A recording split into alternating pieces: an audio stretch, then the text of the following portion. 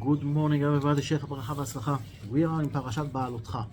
One of the interesting things of our parasha is Beaalotecha et hanerot. When you, translation is when you raise up the candles. You don't raise up the candles. You light the candles. So why do you use the verb Beaalotecha? Rashi explained in one of the explanations that it was a step that you had to go up, and this is Beaalotecha. But really thinking about Beaalotecha, what we're talking about here, the menorah is the symbol of the light of the Torah. The light of the menorah is the light of the Torah.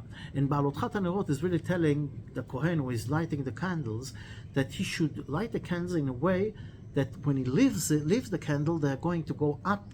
The flame is going to stay and go up and up. The idea is, if you take it to education, to light the light of the Torah and to educate the next generation, because this is the whole idea. So how do you educate the next generation? You give them the right tools to work out their life by their own. Unfortunately, sometimes parents, they want to fulfill what they couldn't do in their life and transfer it to the kids. The kids will do it. Like, for example, somebody wanted to be a great musician. He couldn't make. So he's trying to do it through his kids.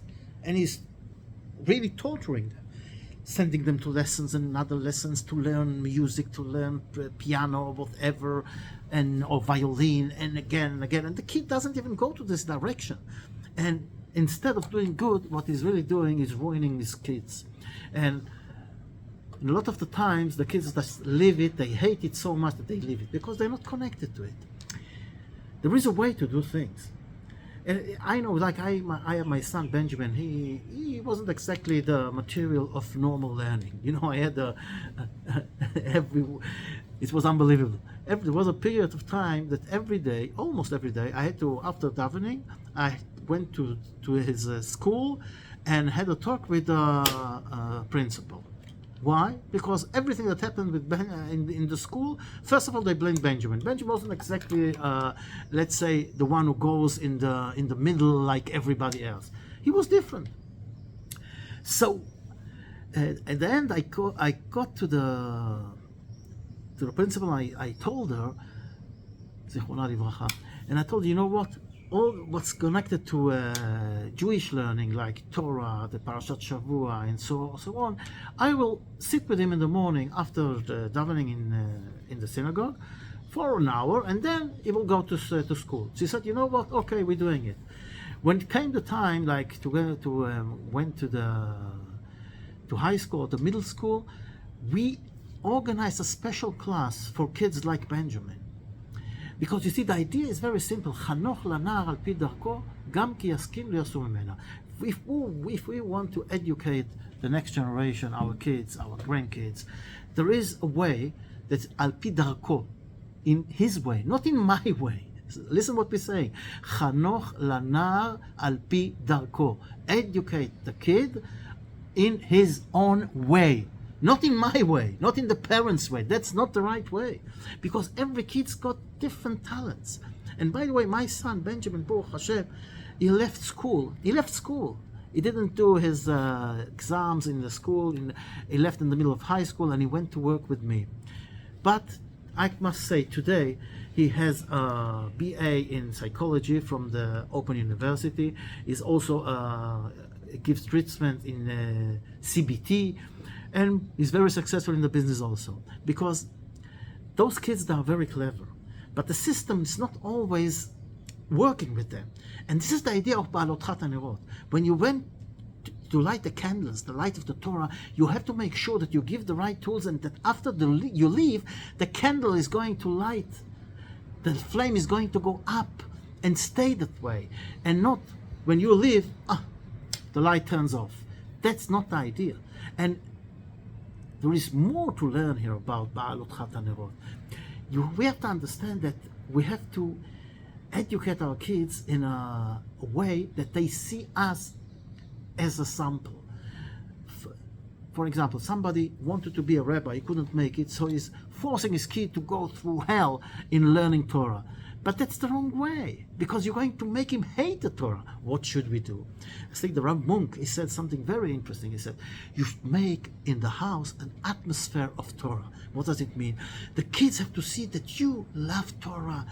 The parents love the Torah, they love the tradition, they love God. And this is going to go into the kids, and they're going to see, wow, this is the way we're going, and they're going to do it willingly, and you will take much more out of them than forcing or trying to live your life through your kids. Doesn't work. And this is what we say, בשוכבך ובקומך ובלכתך בדרך. We say in קריאת שמע, בלכתך בדרך, when you walk on your way, and when you go to sleep, and when you wake up. What is the idea? What is it's all about? It's not the meaning that you should see that you teach him ושיננתם לבניך when you wake up, or when you walk. You go with your kid and you teach him in the middle of the walking. No, that's not the idea. And certainly you cannot teach anybody when you sleep.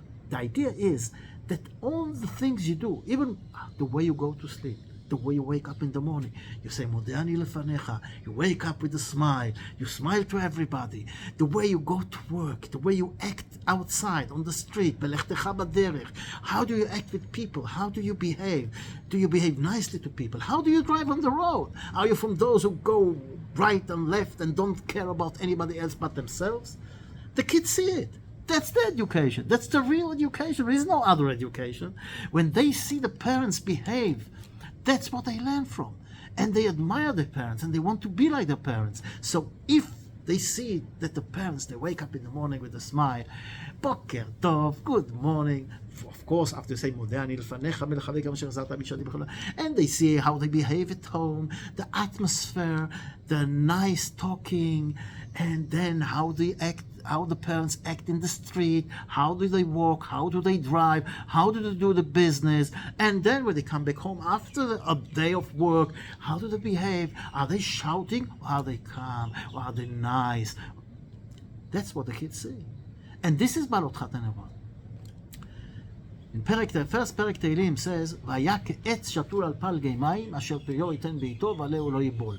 When the tree should be on plagei mayim. Plagei mayim means on a lot of rivers, or I don't know how to say it in English. Plagei mayim, but palgei is peleg. Palgei in Hebrew, if you translate it, is like separate. Like it should be on separate water rivers. How do you say it? And you understand what I mean. And so the question, how can one tree be on a few streams? On a few rivers? You can be on one river, cannot be on a few rivers. The idea is very simple. The Gemara says, כל הלומד תורה מרב אחד אינו רואה ברכה לעולם. If you learn your Torah from one rabbi, you will not see a blessing. You will not be let's say blessed. You will not let's say fulfill what you want to fulfill. You will not get this fulfillment, or this the power to develop yourself. You will not see a blessing in this. Why? We say you say you have to have one rabbi. Yes, there is a different thing. A rabbi that's going to tell you what you're allowed to do, what you're not allowed to do. You have to choose one rabbi. You cannot choose a rabbi that is going to be suitable for what you want to hear.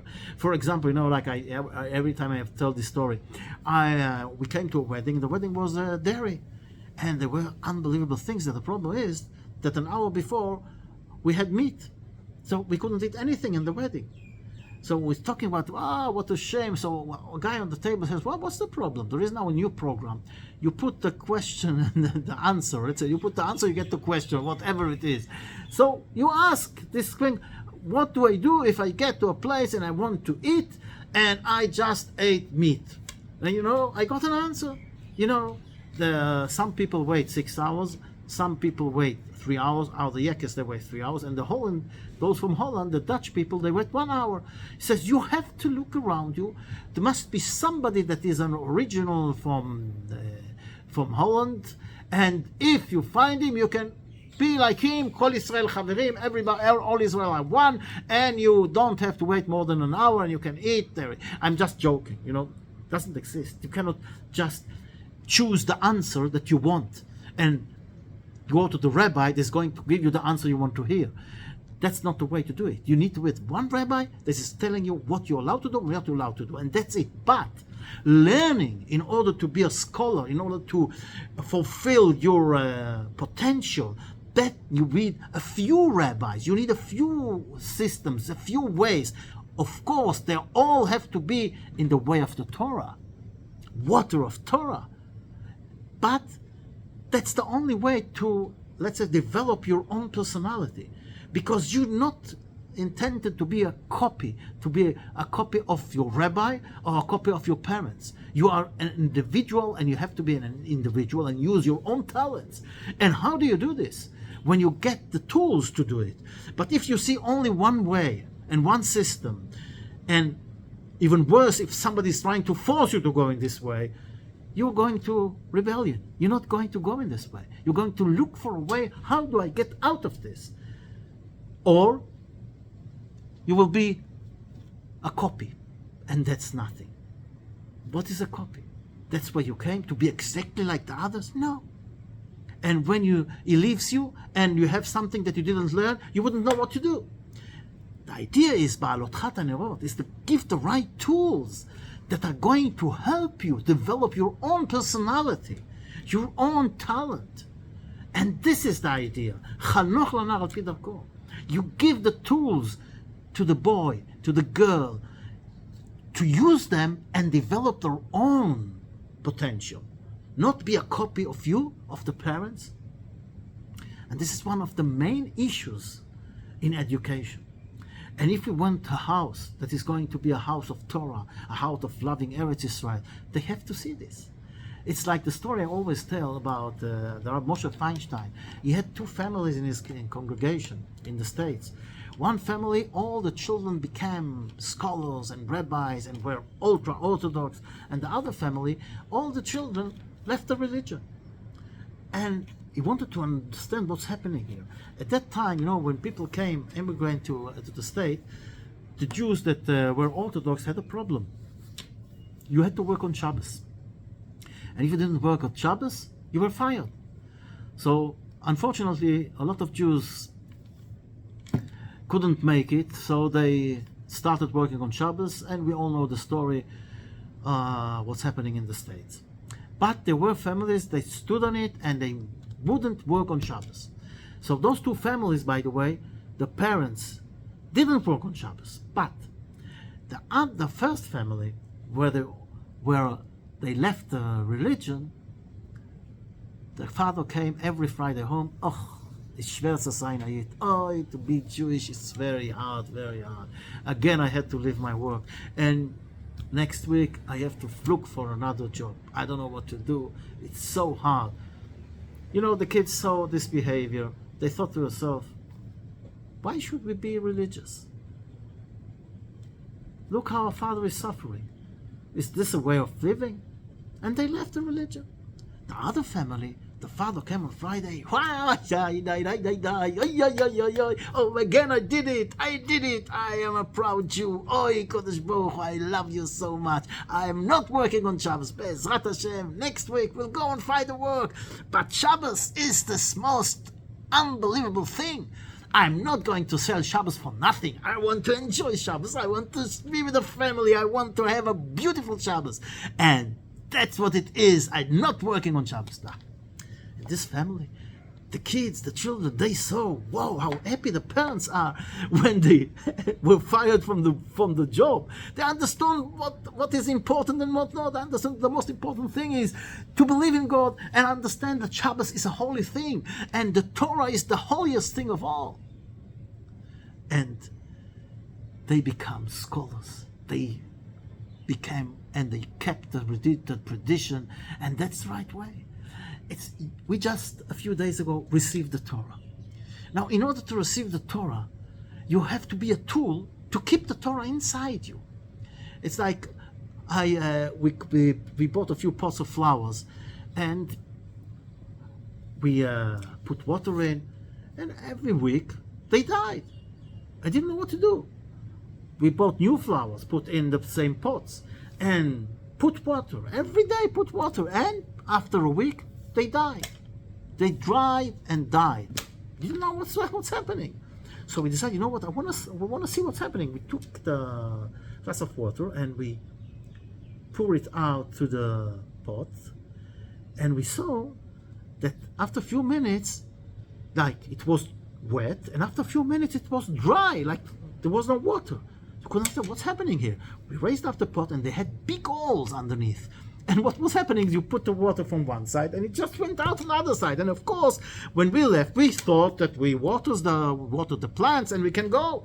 But unfortunately, after an hour, there was no water there. So the flower died. It was all dry. Of course, we changed the pots and we put. You need some to have small holes, but small holes, not big. And this is exactly the idea. Okay, you cannot get everything from God, but we can get what we say, give us our part in the Torah. And this is why we have to be a vassal, to be a kli that gets the Torah. We have to be a vassal without holes. So the Torah will stay inside us. That the Torah which we got on Matan Torah is going to stay with us with no holes. If we have holes, okay, we had Matan Torah and we got the Torah, but it's going to go out if we have holes. So we have to prepare a vessel that is going to hold the water, that is going to hold the Torah. And this is our job as educators, as parents. This is our job, to give the right tools to the next generation, that they can build a vessel without holes. And this is Beaalotecha. You just not light the candles and go. You Beaalotecha. You have to raise up the child, the next generation. You have to give the tools to the education that it's going to raise up to heaven and it's going to stay. And also, don't forget, each one of us give the tools that each one of our children or the people that we educate, even ourselves, will fulfill his own potential.